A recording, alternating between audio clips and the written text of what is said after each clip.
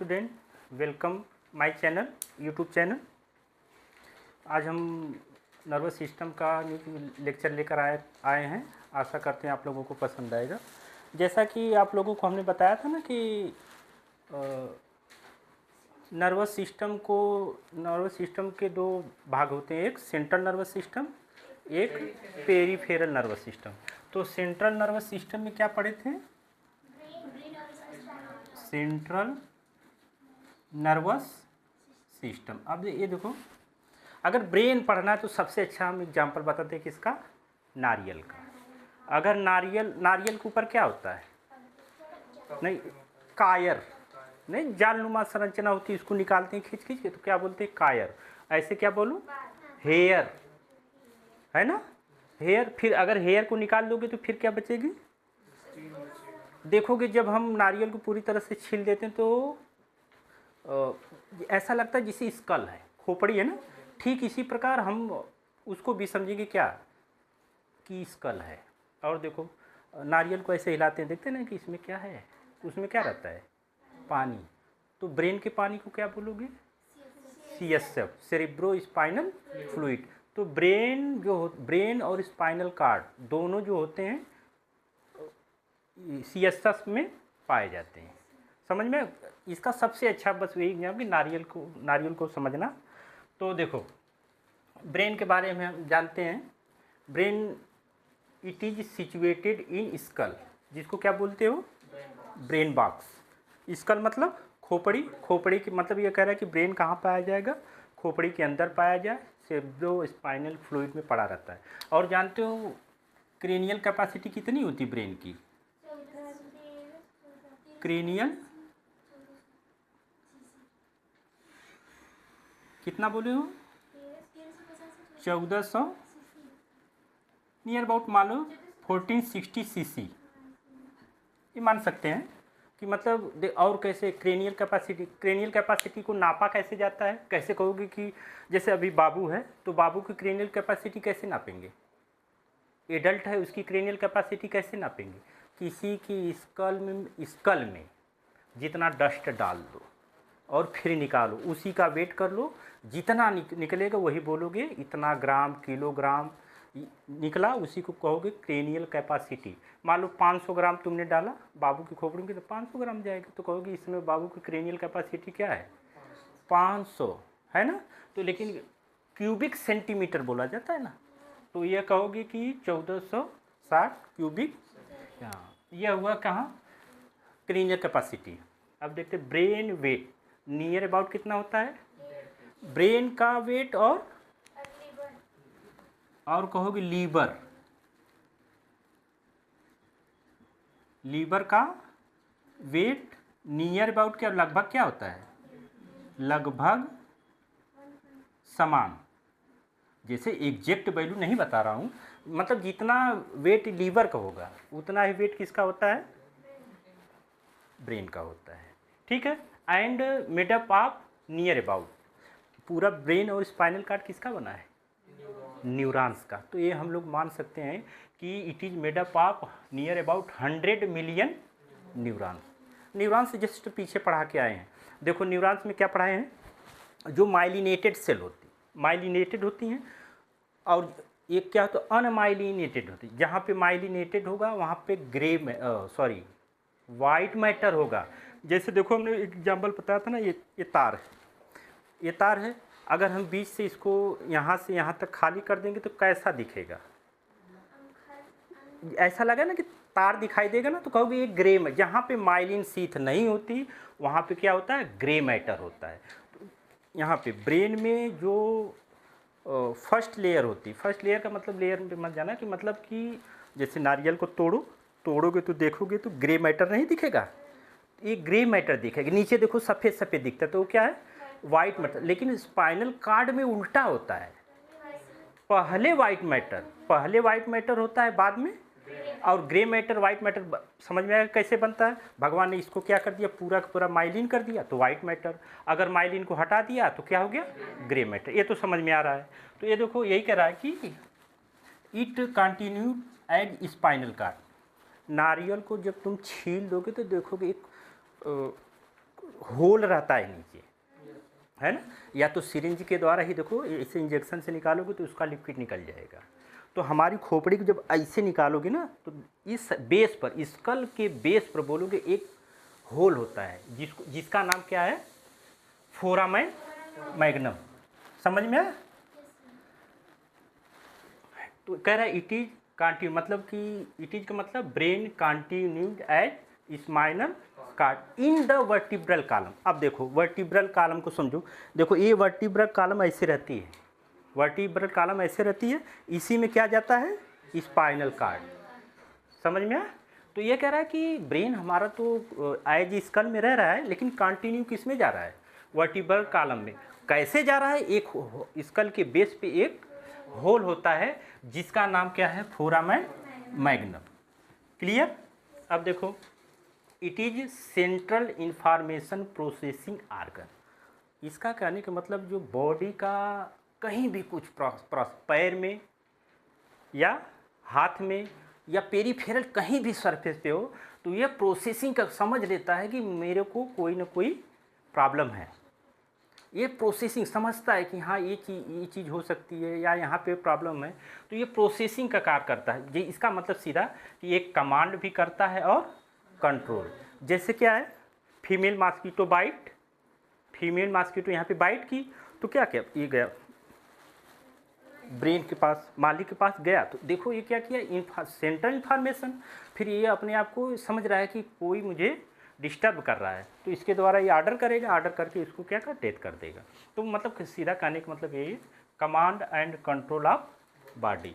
अब देखो brain are divided into 3 part. Hindi में क्या बोलते हो, अग्र मस्तिष्क, फोर ब्रेन।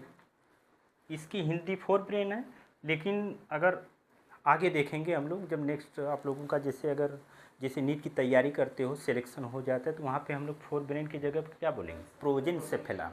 प्रोजेनसेफेलॉन का सीधा ये समझो कि तुम लोग जब कॉलेज में गए थे तो प्राइमरी में गए थे कि डायरेक्ट चले गए हाई स्कूल इंटर में, वैसे याद बोल दो कि यह क्या है, प्रोजेनसेफेलॉन।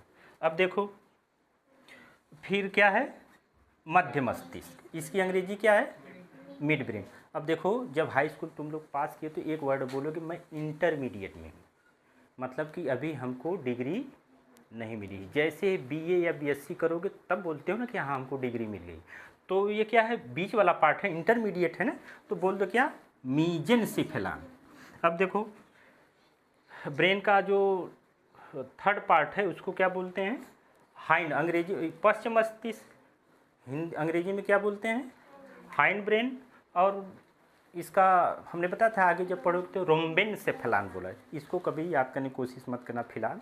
हालांकि जब भी आप पूछने का बस कोई अगर पूछेगा तो कहाँ से, fore brain, mid brain, hind brain. इसका नाम बस ये है कि ये क्या है, प्रोजेनसेफेलॉन, मीजेनसेफेलॉन और रोम्बेनसेफेलॉन। अब देखो आते हैं हम लोग, फर्स्ट क्या है, फोर ब्रेन ना,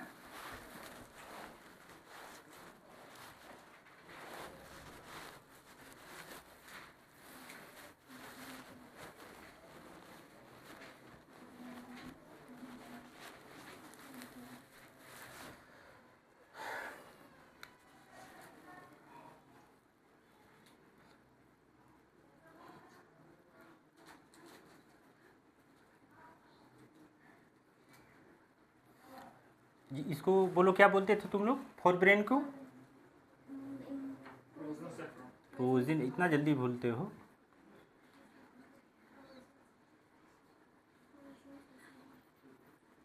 क्लियर, बस केवल नाम है और कुछ उसके आगे नहीं है।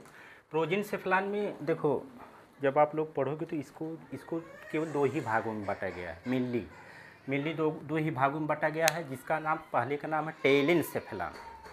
और टेलिनसेफेलॉन को हालांकि मैं थोड़ा अलग बताऊंगा आप लोगों को कि जो थोड़ा सा आसानी से समझ में आ जाए। टेलिनसेफेलॉन में जो होता है उसमें पाया जाता है सेरिब्रल हेमिस्फीयर, ठीक, क्या, सेरिब्रल हेमिस्फीयर, हिप्पोकैम्पस पार्ट मतलब telencephalon are consist of cerebral hemisphere, hippocampus, amygdala, लॉयड, ये सब पोर्शन होते हैं, जैसे थिंकिंग, मेमोरी, है ना।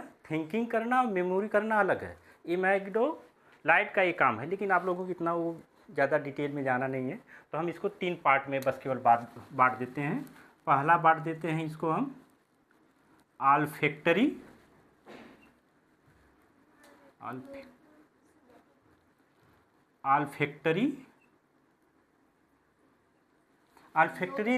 रीजन बोल दो, ऑल्फैक्टरी रीजन। और आप लोग जानते हो इट इज मेड अप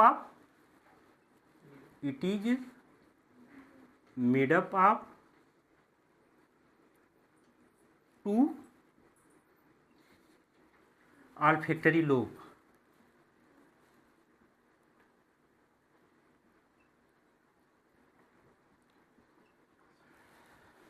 क्या है? Olfactory lobe. सेकेंड क्या है? सेरिब्रम ना,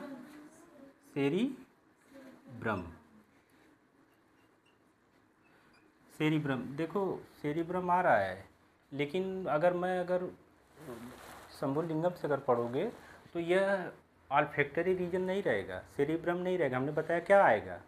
टेलिनसेफेलान आएगा। और टेलिनसेफेलान में क्या क्या बताए हैं अभी? हिप्पोकैम्पस, सेरिब्रम हेमिस्फीयर एंड एमाइगडालॉइड होता है, न्यूक्लियस होता है वो उतना जो सेरिब्रम है। यह क्या? It is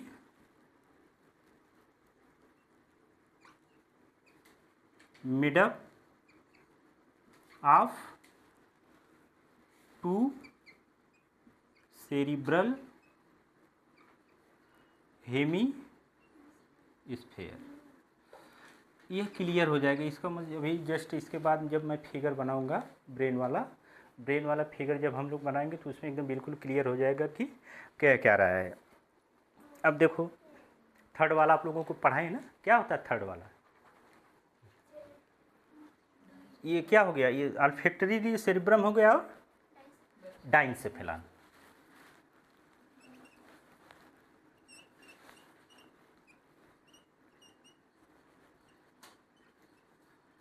डाइनसेफेलान। अब देखो डाइनसेफेलान कंसिस्ट ऑफ क्या क्या? देखो हम तो बताएं जैसे कि जैसे डार्सल साइड अगर रहेगा एपिथैलेमस, वेंट्रल साइड है हाइपोथैलेमस, बीच में है थैलेमस। लेकिन देखो इसमें आप मेटाथैलेमस, हाँ ये ऐसे नहीं, जैसे पढ़ने के लिए हम लोग तो पढ़ेंगे। यह कंसिस्ट ऑफ पहले क्या होता है? थैलेमस। जैसे ये समझ लो ये क्या है? थैलेमस है। थैलेमस की डार्सल साइड पर क्या है? Epithalamus, thalamus. और वेंट्रल साइड पे क्या है? हाइपोथैलेमस। या तो ऐसे याद कर लो कि जैसे मोबाइल है, छत पे क्या है? एपिथैलेमस, इसका बेस क्या है? हाइपोथैलेमस ये है। लेकिन जैसे फिलहाल यहाँ पर रख लेते हैं। ऊपर क्या बताया आप लोगों ने? एपिथैलेमस। और नीचे क्या बताया?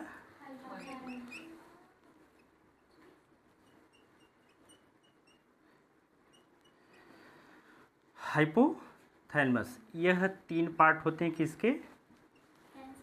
डाइनसेफेलान का। लेकिन अगर हम एक्चुअल अगर पढ़ा जाए तो हम लोग पढ़ेंगे सब मेटाथैलेमस और थैलेमस, हाइपोथैलेमस। समझ में आया? तो जैसे इसका कि नहीं सॉरी, इसका क्या, इसको बोलोगे मेटाथैलेमस। हम लोग ऐसे नहीं पढ़ेंगे, ऐसे पढ़ते हैं मेटाथैलेमस। लेकिन इसको पढ़ना नहीं है, पढ़ना केवल ये है। क्या है? मेटाथैलेमस, सबथैलेमस, ये रियल है, सबथैलेमस। फिर क्या है? थैलेमस, फिर क्या है, हाइपोथैलेमस, ऐसे पढ़ा जाता है, लेकिन आपके सिलेबस में है नहीं। मतलब मेटाथैलेमस सब थैलेमस को क्या बोल दिया, एपीथैलेमस बोल दिया। तो जो सिलेबस में है वही देखा जाएगा, एपीथैलेमस। हाँ, जानकारी के लिए जानते रहो कि diencephalon consist of metathalamus, subthalamus, thalamus, hypothalamus. यह केवल जानने के लिए है, बट आपके सिलेबस में है थैलेमस है, सॉरी एपीथैलेमस है, थैलेमस है, हाइपोथैलेमस है। तो आज का टॉपिक क्या था, फोर ब्रेन। फोर ब्रेन के बाद फिर क्या आएगा, मिड ब्रेन। मिड ब्रेन में कुछ है नहीं, मैं बताया मिड ब्रेन में, मिड ब्रेन का जो मीजेनसेफेलान होता है, मीजेनसेफेलान होता है, तो हमने बताया था ना कि हाँ ऑप्टिक लोब होते हैं, 2 interior optic lobe, 2 posterior optic lobe. आगे हम बताएंगे। यह केवल कितना है, ऑप्टिक लोब पर ही है। ऑप्टिक शब्द आया किससे आया, ऑप्टिक मीन्स आइज। तो मोर कंट्रोलिंग सेंटर कहाँ पे हो जाएगा उसका, हाँ हियरिंग और आइज वाला आ जाएगा कंट्रोलिंग, इंटीरियर पोस्टीरियर में। फिर आगे हम पढ़ेंगे हाइंड ब्रेन में आ जाएगा आपको मेडुला ऑब्लांगाटा, पोन्स वेरोलाई, सेरिबेलम, ये पढ़ेंगे। फिलहाल आज के लिए इतना ही, आशा करता हूँ आप लोगों को समझ में आएगा। नेक्स्ट वीडियो लेकर आते हैं। Thank you a lot. अगर लेना हो स्क्रीनशॉट तो ले सकते हैं। आज कम बना, कल वाला भी